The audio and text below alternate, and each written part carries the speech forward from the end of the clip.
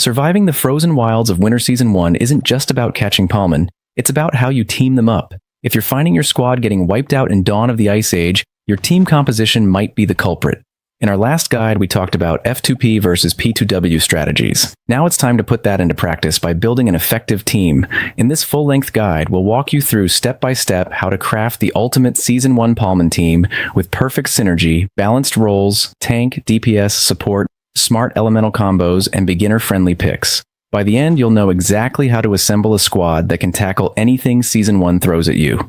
Let's dive in. Step 1. Balance your roles: tank, DPS, support. The foundation of every great Palmon team is role balance. A common mistake is running a damage-only squad, 5 attackers and nothing else, which often falls apart fast. Instead, aim to include at least one Palmon from each major role: a durable tank to soak up damage, 1 or 2 DPS damage dealers to dish out the hurt, and a support Palmon to heal, shield, or debuff as needed. According to the official guide, the best team composition balances a strong damage dealer, a tank or frontliner, and a support with healing or control abilities. Synergy between these roles is the key to success. A team that covers each other's weaknesses will outperform any bunch of random high-level Palmon. Tank. Your tank Palmon is the frontline protector. Tanks have high health, defense, and often abilities that mitigate damage or draw enemy attention. For example, the You Are Earth Palmon statue can reduce incoming damage for your whole team with its protective roar. Even a more common Palmon with good defense can serve here. What matters is that they can block damage and buy time for your attackers. If you're just starting out and lack a top-tier tank, consider any Palmon labeled as defensive or with shielding skills. Remember, a team without a tank or healer loses quickly, so don't skip this role. DPS, damage dealers. These are your main attackers, and typically you'll have multiple. It's wise to include different types of DPS for different situations. For instance, one Palmon who excels in single target burst for bosses, elites, and another who can deal AoE damage to clear out groups of enemies. This combo ensures you're covered whether you face a tough boss or a swarm of foes. One guide suggests pairing a hard-hitting single target DPS with an AoE specialist for a balanced offense. An example of this synergy: a fast water assassin like Ninjump can eliminate weak targets one by one, while an electric Palmon like Bark Plug chains lightning through groups of enemies, wiping out clusters of mobs. Together they handle both bosses and hordes smoothly. The exact Palmon you use will depend on what you've caught or summoned. An S-tier fire AoE Palmon like Blazel can be amazing if you have it, huge area damage over time, but if not, even a solid SSR like Magmalin or Snowkami can do the job early on with decent AoE damage. Tip: try to leverage at least one DPS with crowd control or debuffs, like slowing or attack down.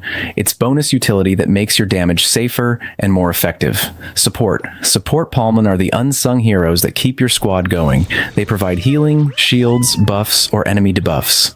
In Season 1, pure healer Palmons are a bit rare, but there are plenty with hybrid support skills. For example, some Palmon can stun enemies or boost your team's stats, effectively turning the tide when things get rough. A Palmon-like statue, the tank we mentioned, doubles as support by cutting enemy damage output, and others like Howlspire, if you have it, provide team buffs like crit rate up, very valuable for amplifying your DPS. If you have a Palmon with any healing skill or regeneration aura, strongly consider them for this slot. Shielders, Palmon that can grant shields or damage reduction, also fulfill the support role well.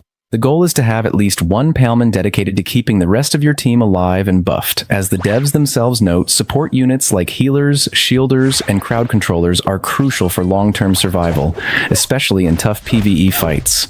Don't underestimate them. A support might not deal big damage, but they can double your team's survivability and even boost your DPS by keeping your damage dealers in the fight longer. Why balance matters. With this trio of roles covered, you have a foundation that can handle most scenarios. The tank holds the line, the DPS take down threats, and the support sustains and enhances the team. A well-balanced team with internal synergy will feel way stronger than a higher-power team that's all one-sided. In fact, running a random team without buffs makes us weak, whereas a team where Palmon reinforce each other will punch above its weight.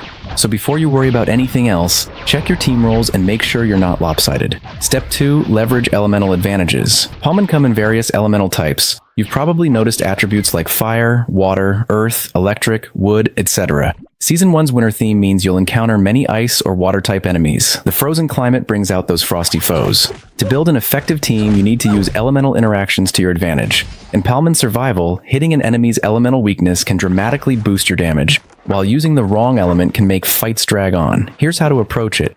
Cover your bases. Try to include a mix of elements in your team so you can handle different enemy types. For example, fire beats wood, water douses fire, electric shocks water, earth grounds, electric and wood, plant can often disrupt earth. These are the general relationships you'll observe. Think of it like a rock, paper, scissors pentagon.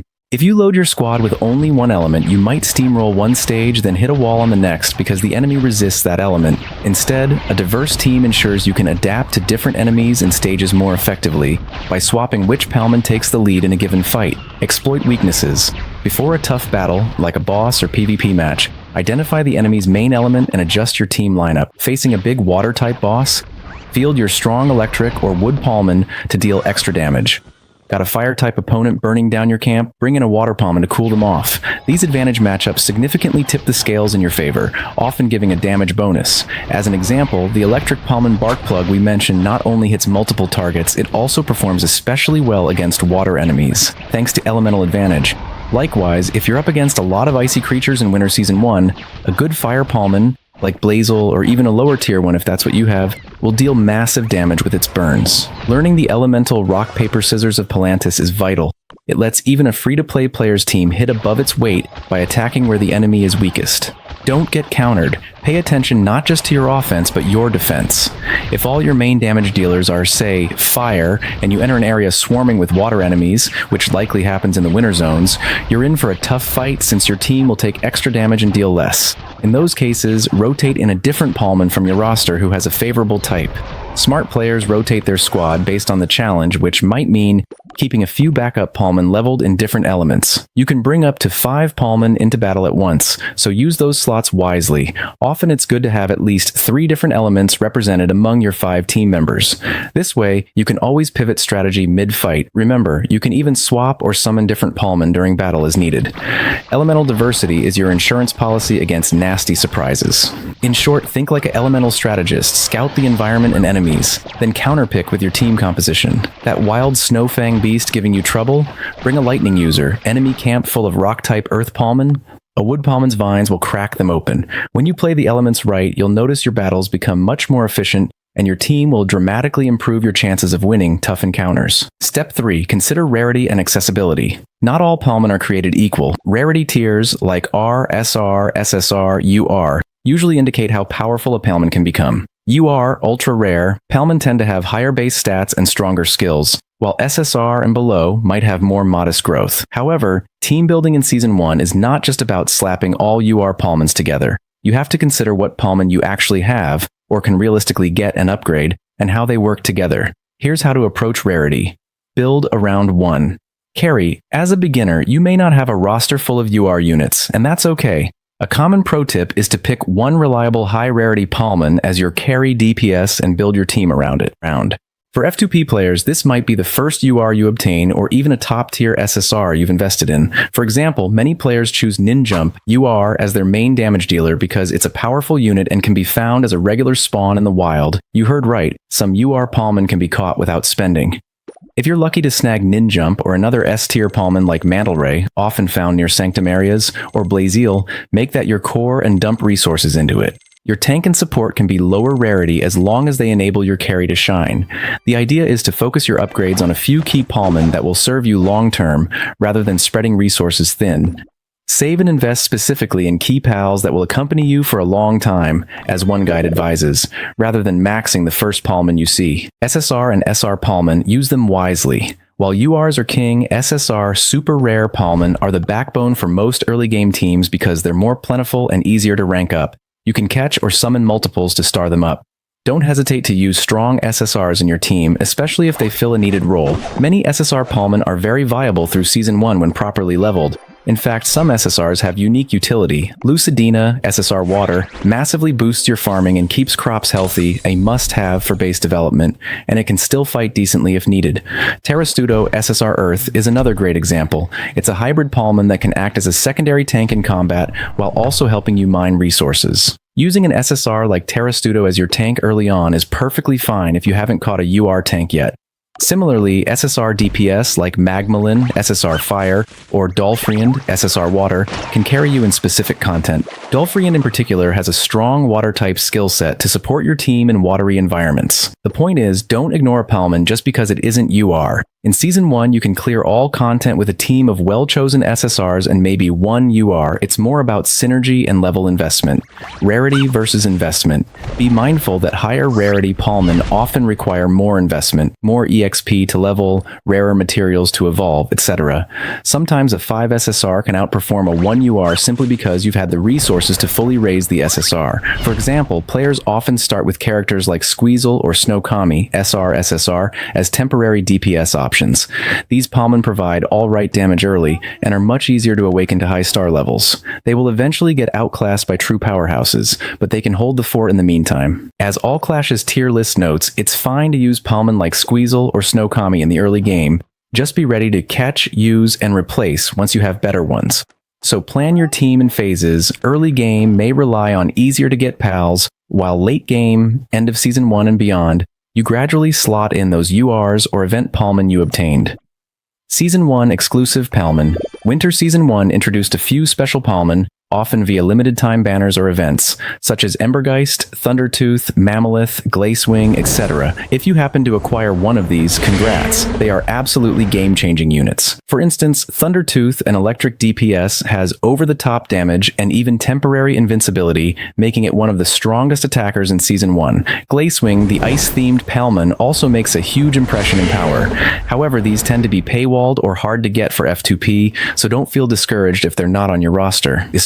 They're like bonus weapons for P2W players, great to have but not mandatory to progress. You can absolutely dominate Season 1 with the standard Palmon as long as your team is well balanced and upgraded. In fact, some of the base game UR Palmon are phenomenal and free. Barkplug, Blazeal, Ninjump, these are S tier for a reason, and many can be found or earned without spending. So use what you have, hunt for those wild URs, and know that strategy beats raw rarity if used correctly. Bottom line, rarity affects potential, but synergy and investment decide the outcome. Beginners should focus on a core team of 5 Palmon that hit all the key roles, even if that means using a couple of B-tier monsters temporarily, and build them up. As you get higher tier Palmon, slot them in to replace weaker ones. Always ask, will this new Palmon improve my team's balance or synergy? If yes, go for it. If not, a lower rarity pal you've already trained might serve better for now. This approach ensures you're always progressing and not stuck waiting for a lucky pull. And remember, it's Season 1. Everyone is building from the ground up, so work with what you've got and make it shine. Step 4, crafting a synergistic team. Put it all together. Now that we've covered roles, elements, and rarity, let's walk through actually assembling your team step by step. Think of this as a practical recipe for team building in Season 1. Step 4.1, choose your core DPS, Captain. Start by picking the star of your team, your highest impact damage dealer. This will typically be your strongest Palmon, often UR or a well-developed SSR. This Palmon should be the one you dump your best resources into and around whom you plan the rest of your squad. For example, if you have Ninjump at a decent star level, that's a great core DPS due to its fast single-target burst. Or maybe you lucked into Blazeal, whose fire AoE can melt groups with burn damage over time. Whatever it is, identify your primary carry. This Palmon's strengths will guide what you need from others. Does it obliterate bosses but struggle with crowds? Does it deal tons of damage but die easily under focus fire?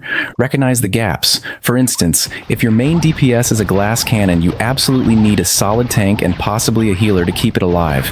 If your main DPS only does single target, plan to add an AoE specialist as secondary DPS, etc. Everything revolves around enabling this Palmon to do maximum damage. Step 4.2, assign a tank to protect. Next, slot in a tank that pairs well with your DPS. A good tank will hold enemy aggro and control dangerous foes, so your carry can do its job safely. If you're running a melee DPS like Ninjump who jumps into the fray, a tank like Gillant or Salamantis can stand beside it and soak hits.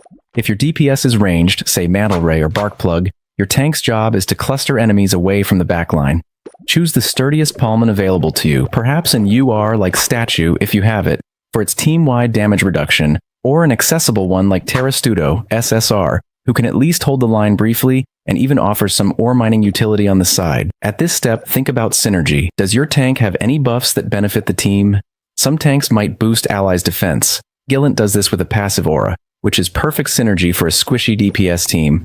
Or maybe your tank can stun or slow enemies occasionally. That's also great as it reduces pressure on your squad. The main thing is, by the end of this step, you have a duo, a damage dealer and a protector working in tandem.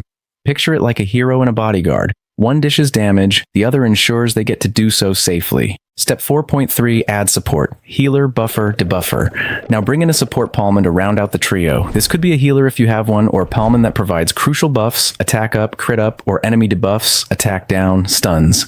The support's presence often multiplies the effectiveness of your first two picks. For example, if you manage to get Howlspire, just hypothetically, which increases allies' crit rate, it can dramatically boost your core DPS's output. That's synergy. Or if you have a Palmon like Shellguard, just as an example name, that places shields on allies, it might turn a fragile team into a robust one. In Season 1, many players use a Life Bloom style Palmon, i.e. a plant-themed support, that can heal and buff. Whatever the official name may be on your server, look for a Palmon that has any skill text involving healing, regeneration, shielding, or buffing allies. Even a small heal over time can make a huge difference in protracted fights or survival modes. If you don't have any healing Palmon, consider one with crowd control, like a freeze or stun skill. Stunning enemies is effectively a form of protection too, as a stunned enemy deals 0 damage for that duration. By step 4.3, your team should have the classic RPG trio: tank, DPS, support. Many early game guides highlight that such a combo can carry you far. Ironhorn blocks damage, Life Bloom keeps your team stable, while Flametail plus Stormwing eliminate bosses and groups. This was an example given in a community guide. Even if the names differ regionally, the concept holds true.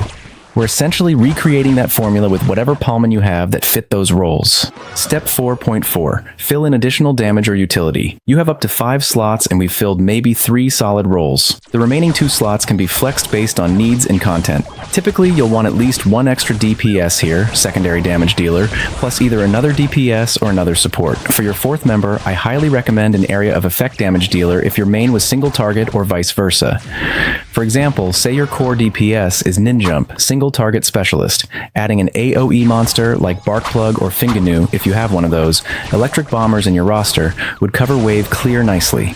Conversely, if your core DPS is an AoE like Blaziel, you might use your 4th slot for a high single target striker to help burst down bosses, something like Flametail if it exists for you, or Abyssinian, which isn't the strongest long term, but can help focus fire early on. The 5th slot can be more situational. Some players put a second support, e.g. another defensive Palmon or a debuffer, especially for difficult PvE like Guild Boss or Invasions where survival is key. Others just stack a 3rd DPS because the best CC is death. Killing enemies faster means less damage taken. There's no wrong answer for slot 5, but make sure it complements the rest of your team. If your team lacks survivability, lean toward another support or a hybrid. For instance, a Palmon like Dolphrine is mainly DPS, but also has some support utility in water stages, a great dual-purpose addition. If you feel your damage is a bit low, throw in another damage dealer from a different element. This is also a good spot to bring in an elemental counter specific to the content you're doing. For example, when doing the World Boss event in Season 1, if the boss is an Earth element and your main DPS is also Earth, not ideal, you might use the 5th slot to bring a water or wood DPS just for that fight to exploit the boss's weakness. So, think of the 4th and 5th members as your flex picks to tailor your team to the challenge. Step 4.5, test and tweak. With your 5 chosen, take the team out for a spin. Try a variety of content: campaign missions, a poacher hunt, maybe a PvP skirmish, or a guild boss. Pay attention to performance. Is your tank holding up or dying too fast? Is there downtime where your DPS aren't dealing damage, e.g. enemies too spread out for your AoE, or maybe heavy healing by enemies that you can't counter? Use those observations to tweak the team. Maybe you realize you need a bit more healing. You could swap in a Palmon that has a heal skill and remove one of the DPS for that mode. Or you find that 2 of your DPS are overlapping in role, both single target, for example, and you'd benefit from replacing one with someone who hits multiple targets or applies a nice debuff. Palmon. Survival encourages experimentation. You're allowed to change your team and try new combos freely, so take advantage of that. Don't get stuck in one static lineup if it's not working. The devs add new Palmon imbalance changes, and as you progress, you'll catch new creatures, so your team should evolve with time. A Season 1 team at the start might be very different from your team at the end of Season 1. The key is following the principles we've laid out: roles covered, synergy, elemental balance, whenever you make a change. As one expert guide put it, new characters or gear upgrades may open doors to entirely new synergies. The key is to evolve your team as your enemies evolve. So the final step is an ongoing one. Refine your team composition continually. When you get that cool new Palmon, ask, whose spot could this take to improve my squad?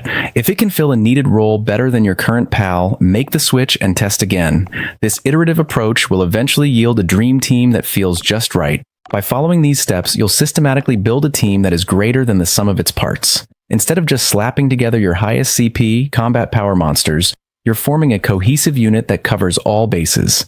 In Winter Season 1's toughest content, from the freezing raids to guild territory battles, it's the well-rounded teams that prevail, not necessarily the ones full of shiny legendaries with no synergy. Now, let's wrap up with a few extra pro tips and our final thoughts. Before we conclude, here are some practical tips and reminders to help you maximize your Palmon team's effectiveness in Season 1.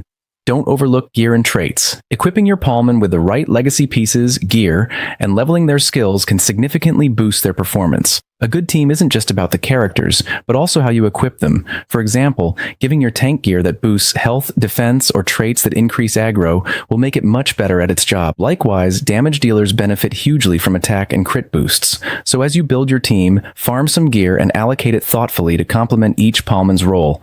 Focus your upgrades. Avoid the rookie mistake of trying to power up every Palmon you own. Resources in Season 1, gold, XP fruits, skill fruits, etc., are limited, so pour them into your main team first. It's tempting to level 5 different DPS because they all seem cool, but a level 1 in your storage isn't helping your active team. It's far better to have 5 well-trained Palmon than 20 underleveled ones. Pick your core 5, with maybe a couple alternates for elemental swaps, and prioritize them. This also means evolving and starring up those Palmon in your core team whenever possible. Each extra star or evolution can be a massive stat jump that makes content easier. Synergy over power. If you find a certain combo of Palmon abilities that works well together, lean into it even if it means using a slightly lower power Palmon in the mix. For example, let's say you discovered that a modest SR Palmon has a skill that increases the whole team's attack by 20% for a short time. Even if its own stats are low, that skill could boost your overall team damage more than bringing another raw DPS would. Buffs stack with high rarity damage to create explosive results. Imagine a buffed Thundertooth, it's terrifying. Similarly, an enemy stun at the right moment, say your support Palmon can stun every 15 seconds, might save your team from a wipe against a strong boss ultimate. These kinds of synergies can't be reflected just by looking at CP or tier lists. You have to feel them in action, so pay attention to how your Palmon skills interact and time them for combo effects. One seasoned player advice was, use Palmon which reinforce each other. This could mean one sets them up and another knocks them down. Find those pairings in your roster, adapt to the challenge. Always be willing to tweak your lineup for specific content. There is no one-size-fits-all perfect team. A composition that excels in PvE exploration might need adjustment for PvP or for a special event mode. For instance, in a long-duration boss fight, you might favor a sustain comp. One of the community combos suggests 1 tank, 1 DPS, 2 healers, or defensive supports for endurance. But in a quick burst event or a time-limited wave challenge, you could go glass cannon with 1 tank and 4 DPS to burn through waves fast. Don't be afraid to shuffle things around. The game allows you to prepare multiple teams, so you could maintain a boss fight team versus a farming team, etc. Many top players have different squads saved and swap based on the mission. Take advantage of Season 1 features. Winter Season 1 introduced new content like possibly invasions, Josh defenses at odd hours, as players complained on Reddit, or special weather effects. Pay attention to any seasonal mechanics. For example, if extreme cold in certain maps slows your Palmon's attack speed, maybe bring a Palmon whose ability isn't affected by attack speed, or one that can provide a haste buff to counteract it. If Season 1 has an exclusive companion or pet, like the Armigo system was hinted by the Armigo hut image, make sure to utilize it to bolster your team. These little edges can make a difference, especially for F2P players trying to keep up with P2W players who have those fancy banner Palmon. Community wisdom. Finally, remember you're not alone on this survival journey. The Palmon Survival community is active on Reddit, Discord, etc., and full of people sharing team builds and tips. If you're unsure whether swapping in a certain Palmon is a good idea, or you need advice for a specific boss, don't hesitate to ask around. As one tip said, there are tips, trading, and sometimes insider information on Discord, Reddit. Use them. Learning from others' experiences can save you a lot of trial and error. Plus, as the game updates, community forums will often discuss which new Palmon are must-haves and which can be safely skipped, helping you refine your team strategy over time. To wrap it up, building the most effective Palmon team in Winter Season 1 comes down to smart planning and adaptation. You've learned how to balance roles for a rock-solid formation, exploit elemental strengths, and make the best of the Palmon you have, from the humblest SSR to the mightiest UR. With these strategies, even a beginner can clear daunting Season 1 challenges without breaking breaking a sweat. Remember, it's all about synergy. When your Palmon work in harmony, they'll cover each other's backs and multiply each other's strengths. So go ahead, mix and match, test and refine, and create that dream team to conquer the Ice Age. If you found this guide helpful, smash that like button and subscribe to the channel for more in-depth Palmon survival guides. Got your own team tips or a Season 1 MVP Palmon we didn't mention? Drop a comment below. I'd love to hear what squads you're running with success. Stay warm out there in Palantis, survivors, and until next time, happy team building. Now go show those poachers and wild Palmon who's boss with your perfectly balanced team.